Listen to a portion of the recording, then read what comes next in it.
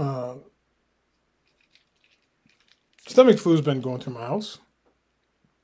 And so, unfortunately, I will not be there today. My wife had it last week. My youngest son had it over the course of the weekend, and I guess I drew the short straw this morning. So, some of the things we talked about last week, I talked a lot about wants and needs, and how there's a handful of things you need, but there's a lot more things you want.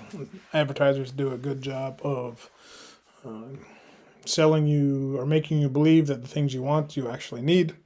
But all this leads to scarcity. So on Friday, you had a quick homework assignment to pick out a business that you wanted to open in Oaks.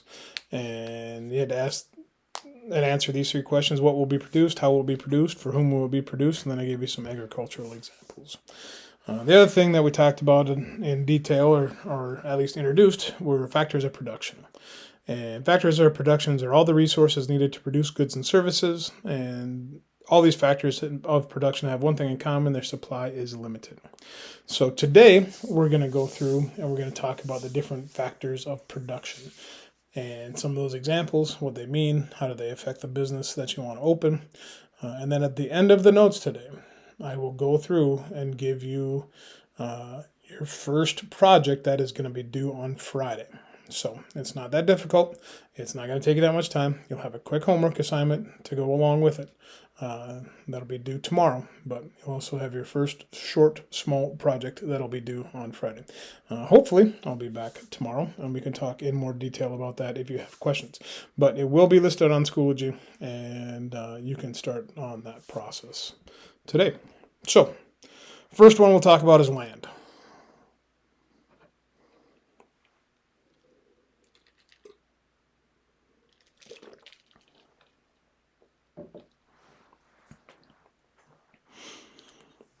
So if you're going to open a business or you're going to start a business, you need a place for that business to be.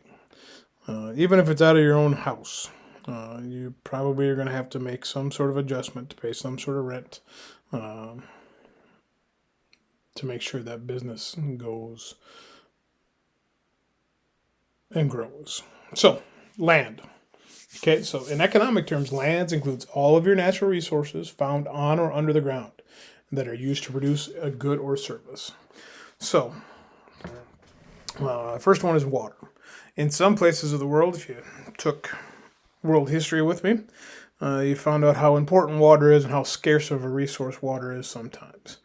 But even in Oaks, North Dakota, or in the surrounding area, if you want to be a farmer and you want to buy a new piece of pasture land, well, if the pasture land that you're purchasing has water on it, so if there's a well-stocked stock pond that has an artesian spring or whatever the case might be that fills up that water, it's a advantage for your business. It's one less thing you got to do. You don't have to haul water. You don't got to get a water truck and make sure the cows, the horses, the sheep, the whatever you have on that pasture land is taken care of. So water is a valuable resource for a variety of purposes. If you get older and you'd like to buy a lakefront property, well, the lakefront property is more expensive because you have access to the water. Same thing if you're putting a business there, access to water increases the price that you have to pay for the water, for the land, excuse me. There's a forest. So if you purchase land that has a whole bunch of trees on it, and you would like to sell those trees off, that has to be negotiated as you purchase the land. So one thing that happened out in western North Dakota 10, 15 years ago when the whole oil boom started was the fact that a whole bunch of people owned land with oil on it. And so all the people who owned the land that had the oil on it thought that they had struck it rich. And the one thing that they soon realized was the fact that because they may have owned the land, but they didn't own the mineral rights to the land, they didn't get a penny. The people who own the mineral rights. So as you buy land, you go to purchase something in town, out of town, whatever the case might be. As you go through it, there's a declaration of mineral rights. And in that mineral rights, it's like, okay, well, You can have the land, you can have the quarter of land, whatever the case might be, but if anything is found on that land, the original owner still retains the rights to that. So if you have gold or oil or trees or whatever's on that land, if the owner doesn't also include that in the purchase price of the land, they own that land still. So, or excuse me, they own those rights still. So same thing with forests. If you buy a section of land and has 20,000 trees on it, and you cut all those trees down and you sell it to Hill's Cabinetry to make custom cabinets or whatever the case might be, you might not get all that money. They might go to somewhere else, just so you're aware. So, wildlife. Same thing. If you want to open a business that is wildlife centric, so you want to open up another prairie pothole, and you want to have a guiding service for hunters, or you want to open up an observation deck for bears, or whatever the case might be, the land that you purchase, you can cultivate it, you can expand, you can attract, you can do all these things to wildlife. And the wildlife that's on there is technically your wildlife to an extent, or you can monetize that wildlife. If you'd like to set up a deer stand because you have 100 deer on your land and you want to set up a deer stand and charge $5 a hour to come out to the deer stand and watch the deer eat clover and play around in the spring and the summer, you can do that because technically they're your wildlife, or the wildlife is on your land. So that's another factor to consider depending on the business when you're purchasing land. And the last thing we've already talked about is minerals. Make sure that if there's any chance that there might be minerals on there, that's either included in the purchasing price or the land is discounted because you don't have the access to it. So one of the things that happened is if you were farming in western North Dakota and the people who own the mineral rights, they could just throw up an oil derrick in the middle of your field. And then they'd have to have access roads so they could go out and check it, and they'd have to have roads where they could go and pump it. And you didn't really have a say because they own the mineral rights. You got a small lease payment, but realistically, because of the way that the contracts and the way the land works, that was what had happened. Okay, so next up we'll talk about labor. I'll give you a minute to look through that, write down any notes you got to write down, and then we'll talk about that real quick.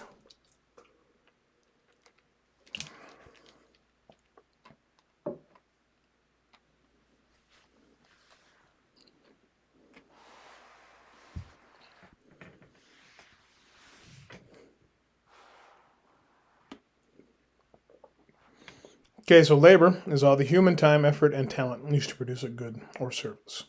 You see on the right-hand side there all of the examples: doctors, factory workers, teachers, sales clerk. Every job that you have takes a degree of training. Depending on the business you would like to open, will dictate the amount of training you need.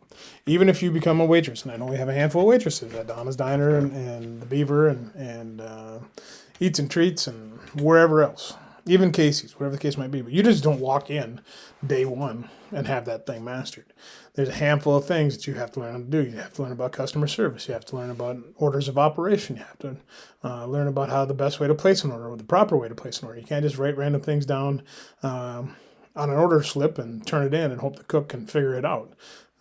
So even a job that most people would consider not that difficult takes a fair amount of training.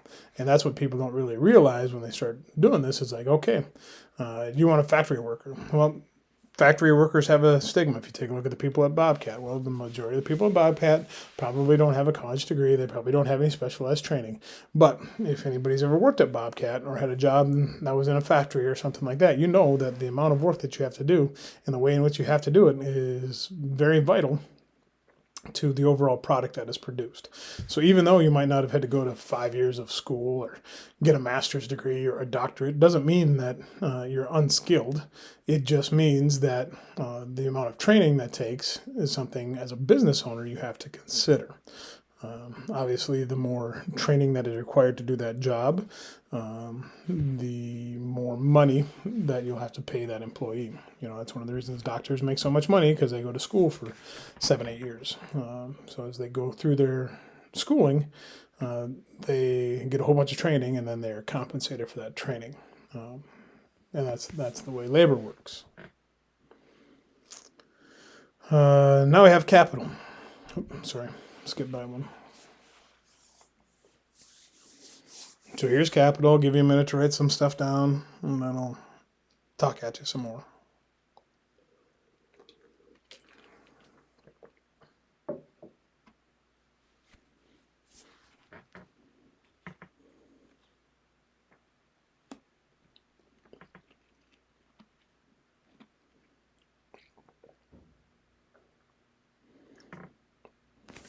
So when we talk about capital, in economic terms, capital is all the resources made by people to produce and distribute goods and services. Capital can also be money, but it's all the producer's physical resources.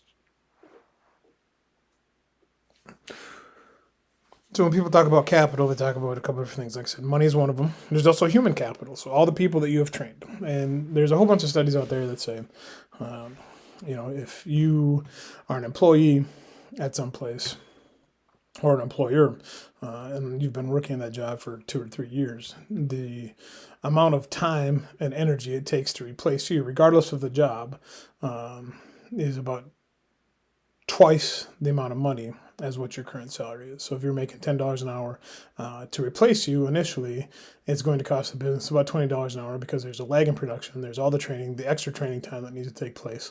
And so even if you're not a great employee, you're still probably more cost effective to keep around than trying to fire you and rehire somebody for your exact same job because of the amount of time and effort that you have to go into training them. And that is one of those things that's known as human capital.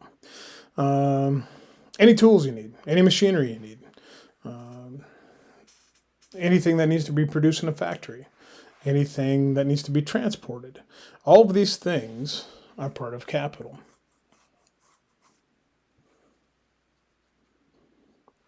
So as businesses provide the tools and the machines and the training and the place where you go to work and the way to transport goods and services to people, people provide the human capital. That's the knowledge and skills gained through their experience. So it's one of those deals where even if you don't have a degree in whatever, if you start working at Harris Machine and Mr. Harris starts training you, you have gained that experience, you have gained that knowledge, and you become more valuable to that business because you know how to do this thing that not a lot of other people know how to do. Now, does that transfer over to another job? No, not necessarily, because you don't have a certificate saying I can do blank.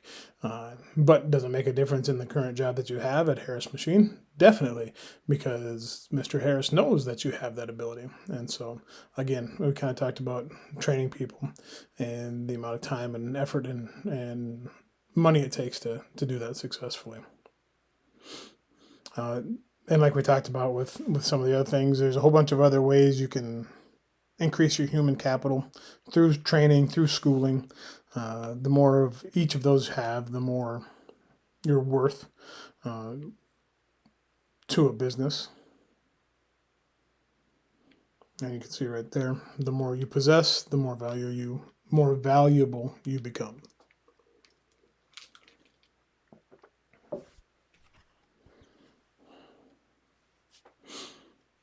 Okay, so the last slide we have for today and what your project is about is entrepreneurship. So you got to bring all these factors together. You have to do the land and the labor and the capital, all these different factors of production. Okay. And you've already started this process on Friday when I had you think of some things that you might need in order to start your business. Start your business. Explain what your business is. So the business that you chose on Friday, we're going to expand that out. And you need to do a little research. You need to get on the old Google machine and start typing in some things. And you need to figure out the factors of production. So land. In Oaks, you're going to start an arcade pizza joint. Well, you need land. You need a building. Is there a building already available for sale? Is there a plot of land that you have that you need to purchase? If you're purchasing land without anything on it, then you also have to start looking at purchasing a building in order to house the building. Are there people around that know how to do the thing that you want to do? Do you have to train them? Do you know how to do it? Are you properly trained? Do you have to go to school for it? These are some of those questions that you need to be able to ask and answer. So you need to address land, labor, and capital when it comes to your business, whatever you chose. I will list the project on Schoology, and there'll be some parameters on there. And then hopefully I'm back tomorrow where we can discuss it in further detail if you need to. All right. If you got any questions about anything, give me an email, shoot me an email. Even though I'm not at school today, I'm still up and about, so I'll get the email and try and respond as quick as I possibly can. All right. Hope you guys have a good day. Sorry I can't be there, but hopefully I will see you soon.